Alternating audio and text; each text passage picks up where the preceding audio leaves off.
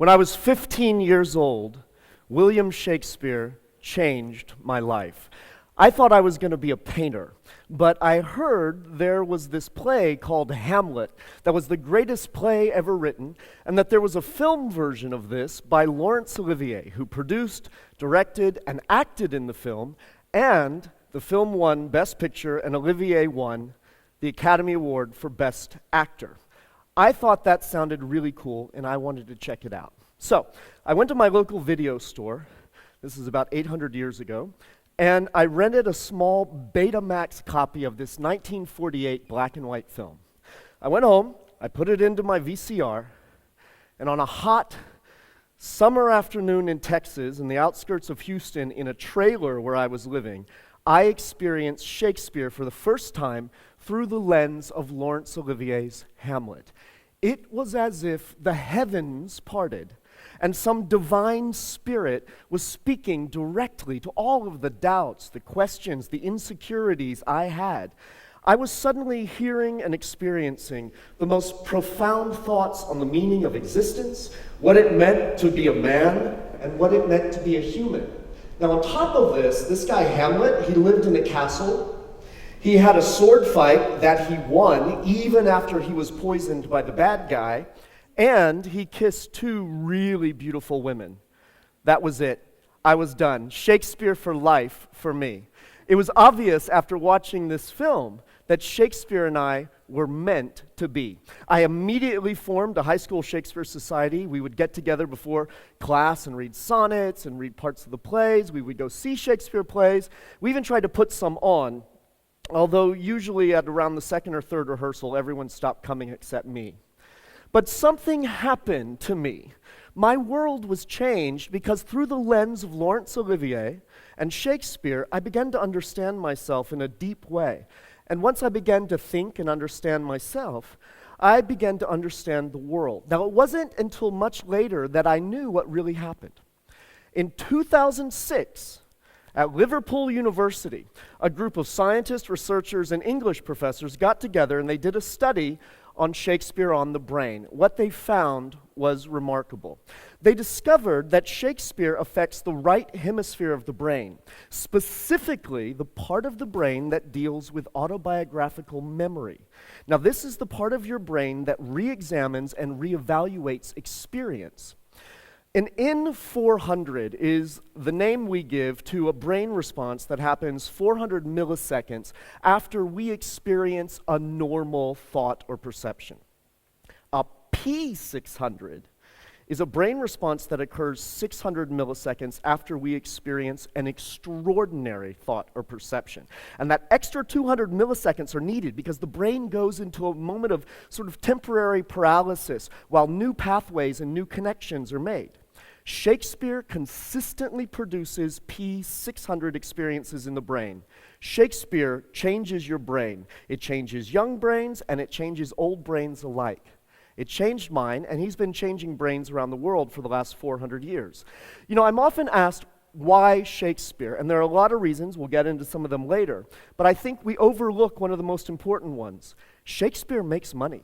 Shakespeare is really good business. Do you know this year alone in Warwickshire, that's the part of England where Stratford-upon-Avon is, the Shakespeare tourism industry this year alone is estimated to generate over £630 million, creating over 11,000 jobs in one part of the world.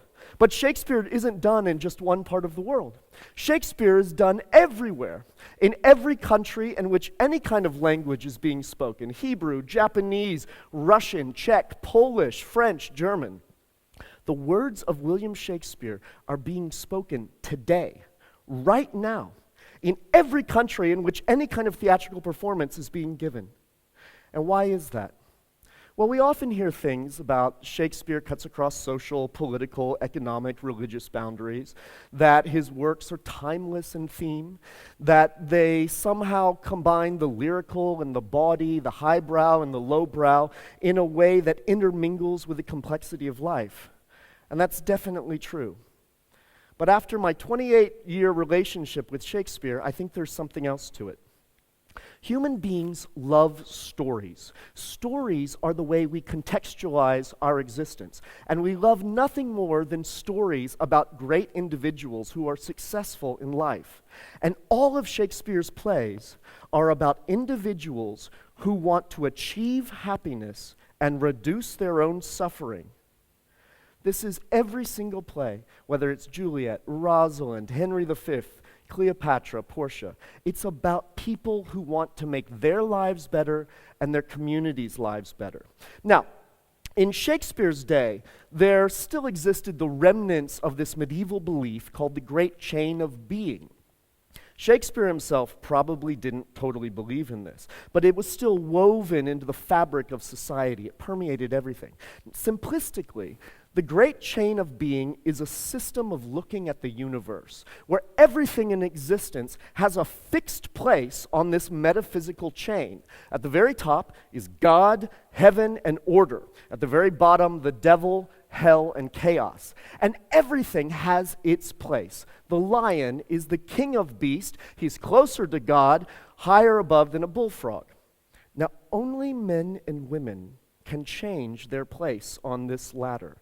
Through their actions and their free will, human beings can rise up towards heaven or down towards hell. And this is the fundamental story of every Shakespeare play. Someone who is trying to change their position on this ladder. Someone who is trying to achieve happiness and reduce their suffering. Now, sometimes the good guys win. Henry V, they go up. Other times the plays are about the bad guys. Someone like Richard III, who decides the only way to achieve happiness and reduce his suffering is to go down towards hell. Since I cannot prove a lover and entertain these fair, well-spoken days, I am determined to prove a villain and hate the idle pleasures of these days.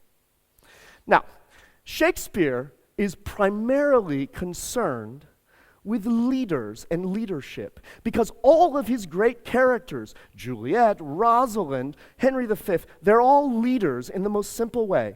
They want to improve their lives, and they want to improve the lives of their communities. Shakespeare had a very important contribution to this question of leadership. It consumed him, it fascinated him, and he wrote about it throughout his whole career. He believed that great leaders were made, not born. He believed that achievement was earned. It was not bestowed. And this is the story of so many of his plays. The great history cycle, the Henriad, the first Henriad, which deals with Richard II, Henry IV, Part 1 and 2, and Henry V, is focused primarily on this issue. It begins with Richard II. Now, Richard II is the supreme example of a very bad king. He believes he is God on earth. He believes in the divine right of kings. He spends a lot of time in the play saying things like, "We are amazed, and thus long have we stood to watch the fearful bending of thy knee." He's concerned with the trappings and benefits of leadership and authority, not with the duties and responsibilities of leadership and authority. His downfall is inevitable. But the story of that play is, as he is usurped and comes closer and closer to his death, he discovers his humanity. Now, Richard II is usurped by Henry IV. But at the very beginning of the play, we find that Henry is dying. He's sick from some mysterious disease, and the stress and burdens of leadership are aging him. This is something we encounter every day. How many times have we elected, quite willingly, bright, young, energetic, healthy leaders, only to discover the stress and strain of leadership after only a very short time in office changes them? We see this all the time. And eventually, Henry IV dies from the burden of leadership. He's also greatly concerned before he dies that his son, Prince Hal, is entirely unfit to be king. The last play in the cycle, Henry V, is the ultimate story of a human being who forges their own destiny, who controls the outcome of their life with very simple beliefs. Henry fakes it until he makes it. He models the way. At the beginning of his life, Prince Hal was the last person you would expect to be a great king. He was hanging out in bars, in pubs, with prostitutes, with thieves. He was drinking, he was gambling, he was robbing people. He was avoiding responsibility. Upon the death of his father, Henry undergoes a massive change. We start to understand that maybe some of the things he was doing with a purpose. He wanted to understand the people he was going to rule. Now, very shortly after he assumes the throne, Henry is given his first great test. The French ambassador comes to the court and gives Henry a gift of tennis balls from the French Dauphin. And the Dauphin tells Henry that he should consume his time with sport and games and not bother with real leadership.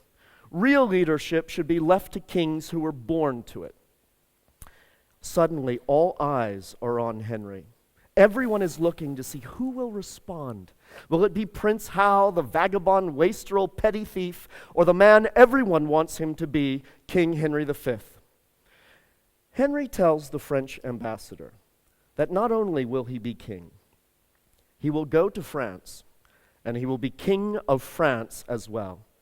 Tell the Dauphin, we understand him well, how he comes o'er us with our wilder days, not measuring what use we made of them. We never valued this poor seat of England, and therefore living hence did give ourselves to barbarous license, as 'tis ever common that men are merriest when they're from home. But tell the pleasant prince, I will keep my state, be like a king, and show my sail of greatness when I do rouse me in my throne of France. And for that I have laid by my majesty, and plodded like a man of the working days. But I will rise there with so full a glory, that I will dazzle all the eyes of France, yea, strike the Dauphin blind to look on us. Henry passed his first great test. On the inside, he was insecure. He wasn't sure what he was going to say. He'd never been put in this position. But he knew he had to model the way. He had to fake it until he became it. And he also knew that he had to put into the minds of his country a great vision of success. He had to visualize a happy future for him and his country. And that future is conquering France. And by continuing to model the way throughout the play, eventually, he becomes that happy result. Now, the climax of the play is the Battle of Agincourt. And at the Battle of Agincourt, Henry's men, they're outnumbered 5-1. Henry's men are tired, they're hungry, they're riddled with disease, and they're facing a French foe that is rested and better armed. They're facing certain death. Once again, all eyes turn to Henry. What will he do? What will he say? Well, because Henry has been modeling the way consistently throughout this play, and because throughout the play there has been this great, beautiful vision of happiness and success conquering France, Henry has primed himself for this moment. No longer does he make a speech as the insecure, young, untested king who talked about tennis balls. He talks with a quiet authority, and he's able to instill in his men warmth, compassion. He tells them he understands that we're vastly outnumbered and the odds are not in our favor.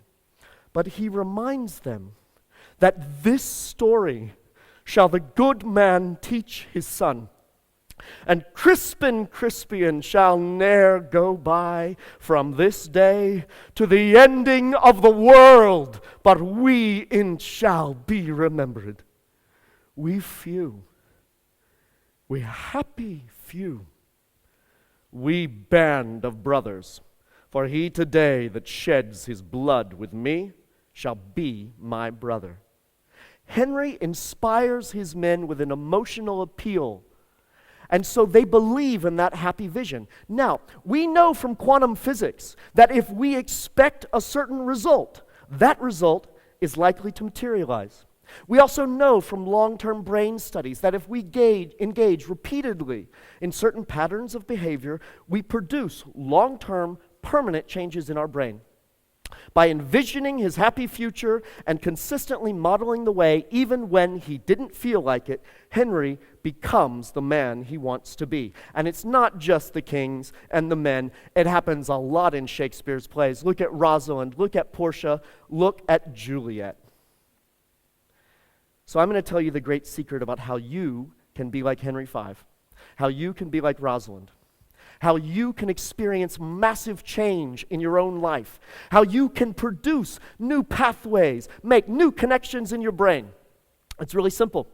You should act Shakespeare.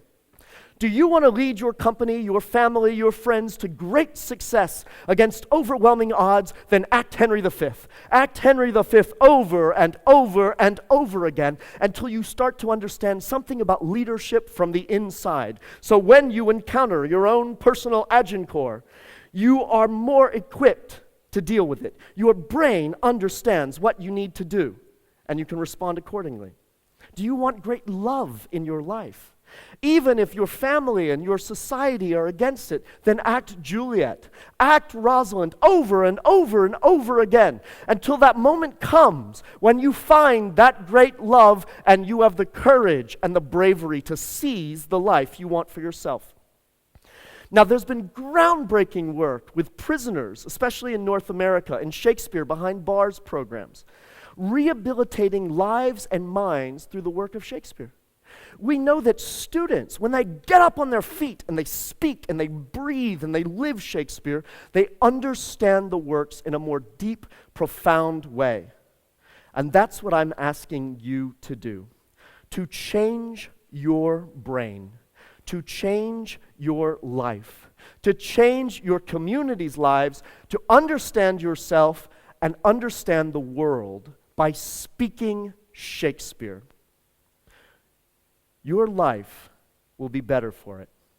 I can promise you that because my life has been absolutely changed during the course of my 28-year relationship with William Shakespeare. Change your life, change the world. Speak Shakespeare. Thank you very much.